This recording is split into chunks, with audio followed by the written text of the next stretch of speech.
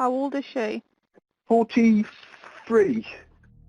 Okay, I need to get some more information from you just to get that help arranged, okay? Okay, alright. Quickly, please. Yes, yes. To confirm, is she unconscious, having a fit or choking right now? She looks unconscious to me. I can't wake her up. Okay. Is she breathing in and out normally? This is the call, 5:30 in the morning. A man tells the ambulance service his wife isn't breathing and that he's doing CPR, that he's begging her to come back. It is the sound of her husband in the worst moment of his life. It is also a lie top to bottom, because by the time he dialed those 3 digits, Kimberley Thompson had already been dead for hours. And what took him down wasn't a witness or a confession. It was 3 things he couldn't fake: a toxicology report, a spelling mistake, and the people who actually knew her. Keep those 3 things in your head. This is the story of how they buried him. I don't know. Can you have a look at her and tell me if she's breathing? Oh my gosh. I need you to look at her for me and tell me if she is breathing. I can't see her chest. Okay. So an ambulance is on its way to you now, okay? I need you to stay on the line with me because I need to give you some more information on what to do. I'm going to move the cars off the drive. No, just stay. It doesn't matter if the ambulance can park on the street, it's fine. I need to tell you, you need to stay with the patient. Start with the first crack. A paramedic runs in, drops to the floor beside her, and stops. Because if you've just spent 10 minutes doing chest compressions like you told the operator, it shows on the body, in the room. Here there's nothing, not a trace. The CPR never happened. The performance had started before a single official had even walked through the door. And what a scene it was. Look at what he had built around her. Empty pill packets, bottles of vodka and gin, family photos set out like props, because that's exactly what they were. It's staged to read one way and one way only. A broken woman who finally had enough. There's just one problem with that story. Everyone who loved Kim took one look and said the same thing. This isn't her. She wasn't ending her life. She was days from restarting it. And then the science walked in and backed them up. Northampton, Pinewood Road. A perfectly ordinary house sitting on top of a marriage that had flatlined years ago. Michael and Kimberley Thompson, 19 years married, 2 years separated, and still boxed in under one roof in separate bedrooms, waiting on a divorce that was meant to set them both free. Except only one of them actually wanted out. Kim was 43, a mum of 2, the kind one, the sister you called first, the friend who actually showed up. Her teenage daughter was studying in the States, and Kim was booking flights to go and see her. New relationship, new start. After years of shrinking into someone smaller and more afraid, the people around her were watching the old Kim switch the lights back on. She had no idea how little time was left. The prosecution's picture of that marriage was ugly. A husband who tracked where she went, dictated what she did, and secretly recorded her. Not minutes of tape, but hundreds of hours of it. Miranda Moore, KC, leading the case, laid it out for the jury in one brutal arc. Kim went from healthy, happy, and bubbly to thin, self-doubting, and fearful. That's not a marriage. That's a slow-motion cage.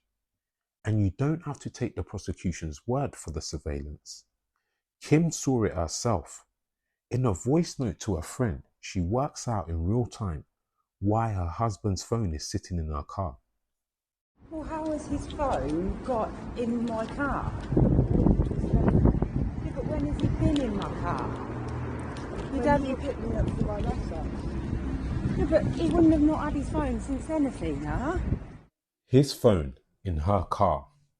A phone that could quietly log everywhere she drove. She was beginning to see the cage for exactly what it was. And the system had caught a flicker of it before. See, back in 2013, Kim reached out to a domestic abuse service, then pulled back, too frightened of what telling the truth might cost her.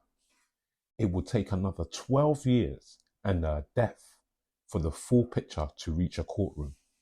There was also something else in Michael Thompson's past, something the jury in this trial will never be allowed to hear.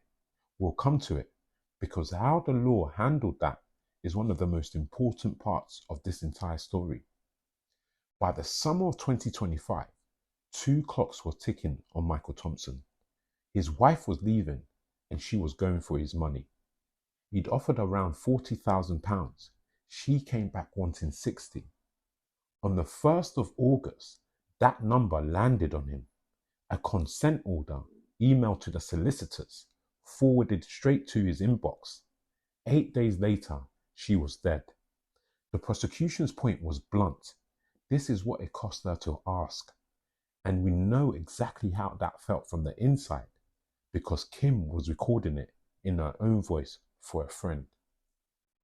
Things at home, same old, just messy, becoming quite more difficult, if it can be more difficult.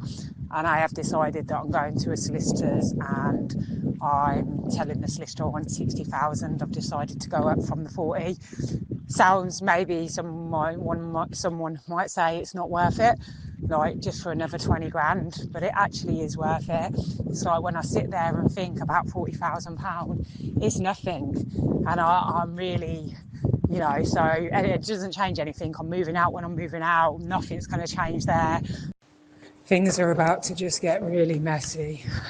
Thompson went through my phone, see everything, all my conversations between me and Nathan, like everything completely, which is fine. I've got really nothing to hide, Colleen, but obviously I didn't really want him seeing our private conversations. But yeah, so he's seen everything, knows about the solicitor, knows that I'm not accepting the terms of the divorce. So yeah, expect me to be knocking at your door for somewhere to stay over the next few days. Somewhere to stay over the next few days. That is a woman with one foot already out the door, planning her escape, out loud to someone she trusted. She recorded that in her final days. She never made it out that house.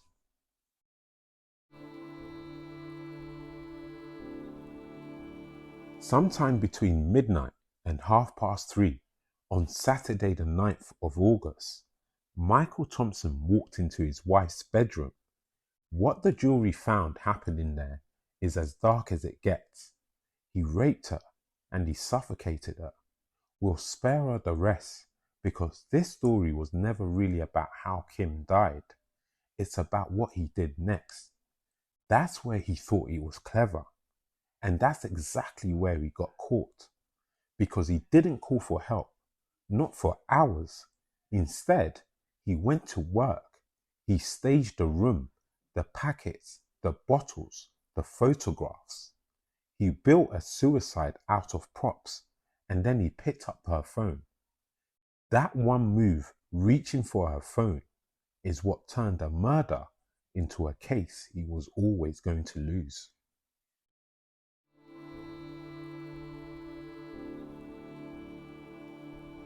Michael Thompson logged into Kimberley's own accounts and started posting as her. Messages in her name, one hinting she'd been drinking too much, laying the groundwork for the story he needed. Sit with the nerve of that for a second. His wife is dead in the next room, and he's typing in her voice, pretending she's alive, building his alibi out of her own social media. It was smart. It was also the exact moment he lost, because the people who actually knew Kim read those posts and felt it instantly. The spelling was wrong. The words weren't hers. You can stage a room. You can line up the bottles just so, but you cannot fake being a person to the people who love her. That's the mistake no amount of planning ever covers. Then at 5:30, he made the call you heard at the very start. The tears, the CPR, the performance of a lifetime. And the first paramedic through the door saw straight through it. because there was no sign of any CPR had ever happened. He wasn't trying to save her, he was auditioning.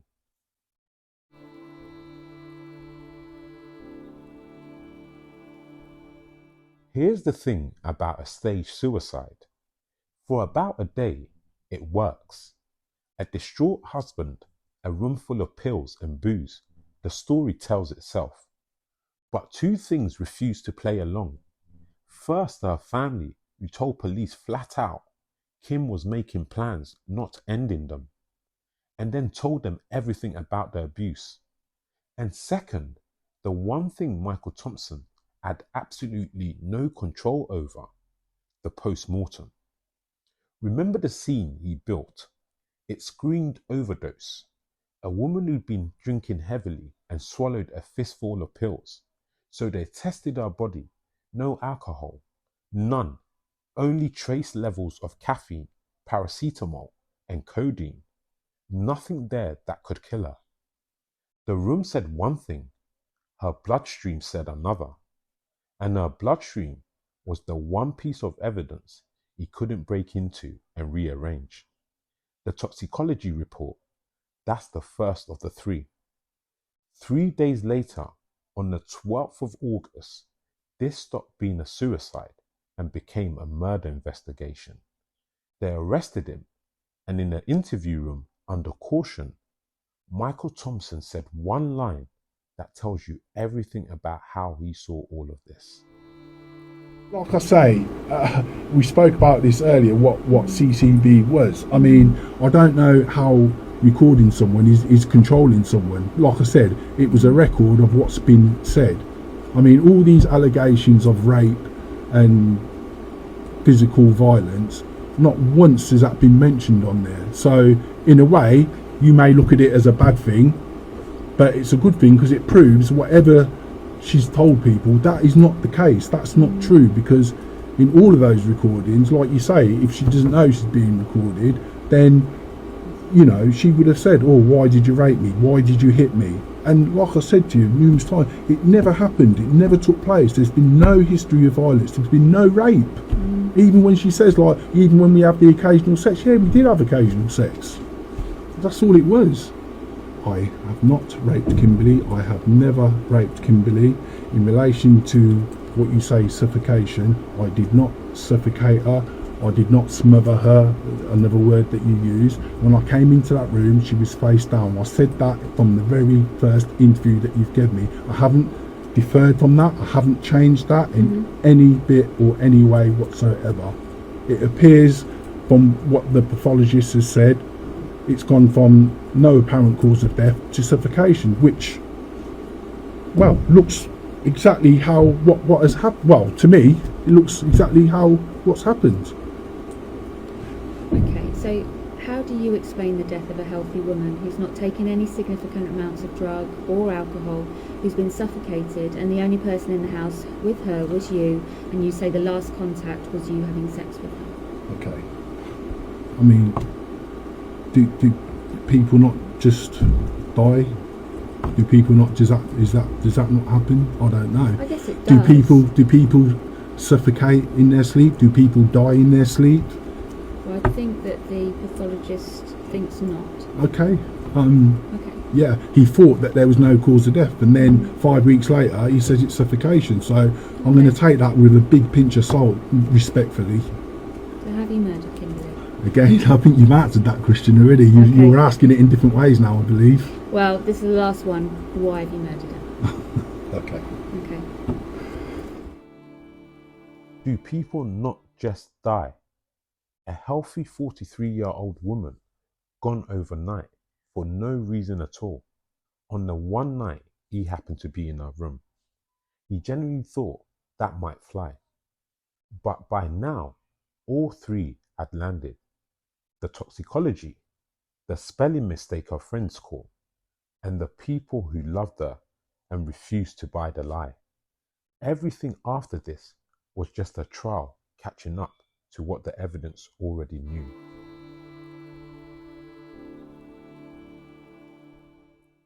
The trial ran 6 weeks at Nottingham Crown Court. Thompson pleaded not guilty and sold the jury his version. Consensual sex, and then he simply found her lifeless among the tablets and the drink. Read that back. His entire defense was the exact scene he was accused of staging. He didn't just deny the murder. He asked 12 strangers to believe the set he'd built was real. And now the thing we promised you.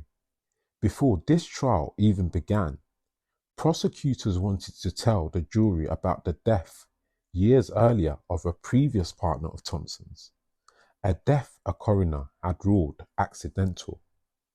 The judge said no. After legal argument, that entire strand was ruled off limits, and the press were banned from breathing a word of it until the case was done. Here's why that matters. English law is deliberately ruthless about this. You are tried for the charge in front of the jury, not for your past, not for a hunch, not for a story that makes you look guilty. If the risk that old, untested material will poison a jury outweighs what it actually proves, the judge locks it out. And for the record, a later police review of that earlier death found insufficient evidence and took no further action against him. So we draw no conclusion about it, and neither should you. The point is bigger. This jury convicted on the evidence of this case and nothing else, which is exactly why the verdict they reach is unbreakable. On the 8th of July 2026, after roughly 11.5 hours, the jury, 7 women, 5 men, came back. Unanimous, guilty of murder, guilty of rape, guilty twice over of perverting the course of justice, once for covering up the rape, once for staging her death. Every single count, no split, no doubt. 6 days later, everyone came back for sentencing. Packed gallery, Kim's family finally there to speak, and 1 seat empty. Michael Thompson refused to come up from the cells.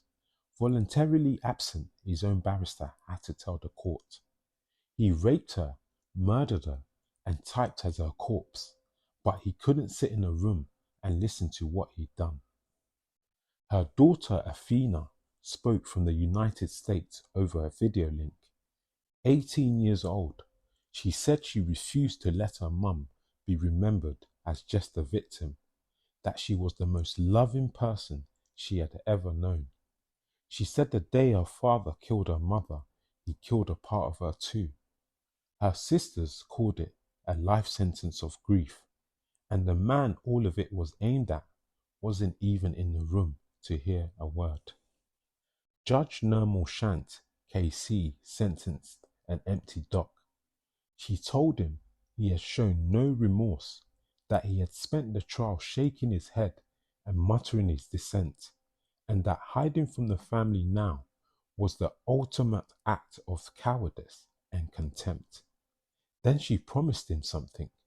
The victim statements and her own remarks would be sent to his cell, so he would have to read in black and white exactly what he had destroyed. Life, a minimum of 33 years before he can even ask to be considered for release. 10 more for the rape running alongside, on the sex offenders register for the rest of his life. Michael Thompson will be pushing 90 before parole is even a conversation. Then the detective who ran the case walked out to the cameras. She spoke for the family first, and then she turned and spoke past all of us, straight to whoever is out there right now, living the life Kim used to. Today, on Tuesday the 14th of July, 56-year-old Michael Thompson has been sentenced to life in prison for the rape and murder of his estranged wife Kim. Thompson will wait a minimum term of 33 years before he is considered eligible for parole. Today's hearing comes almost a year after Kimberley was so violently murdered and almost 2 decades of domestic abuse beforehand. The last year has been unbearable for Kim's family and friends, and I want to pay tribute to them for the dignity and grace that they have shown throughout this investigation and throughout the last 6 weeks of trial. The level of abuse that Kim was subjected to over 2 decades was horrific, and I want to take this opportunity to reach out to anyone who may be living a similar life, that help is available. We have specially trained police officers who work with survivors of domestic abuse, including coercive and controlling behaviour and physical violence.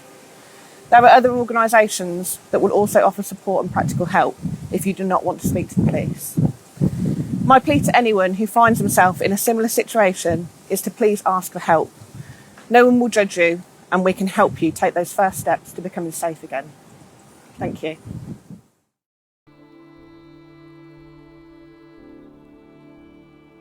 It would be easy to file this under "killer got sloppy."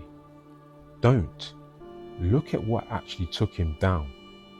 No confession, he never gave one. No eyewitness, there wasn't one. He was convicted by the quiet stuff. A toxicology report that wouldn't match his story. Post that didn't sound like her. CPR that left no trace. And the paper trail of a man who could not stand to lose. That's the lesson buried in this case. Staging a death doesn't beat the evidence, it becomes the evidence. And that strand the jury never heard. It was kept out to protect him. That's the point. In this country, you are tried for what can be proved against you in that room on that charge. Not for your past, not for suspicion. It is a maddening law when the stakes are this high. It is also the exact thing that makes guilty actually mean guilty. And it's why this conviction doesn't wobble. So we don't end on him, we end on her. Kimberley Thompson was almost out. A flight to book, a daughter to hold. A whole self coming back online after years of being made small. Her family asked for one thing, that she be remembered as who she was, not what he did to her. She was so close to the start of everything. Let that, not the man in the empty dock, be the last thing you carry out of this.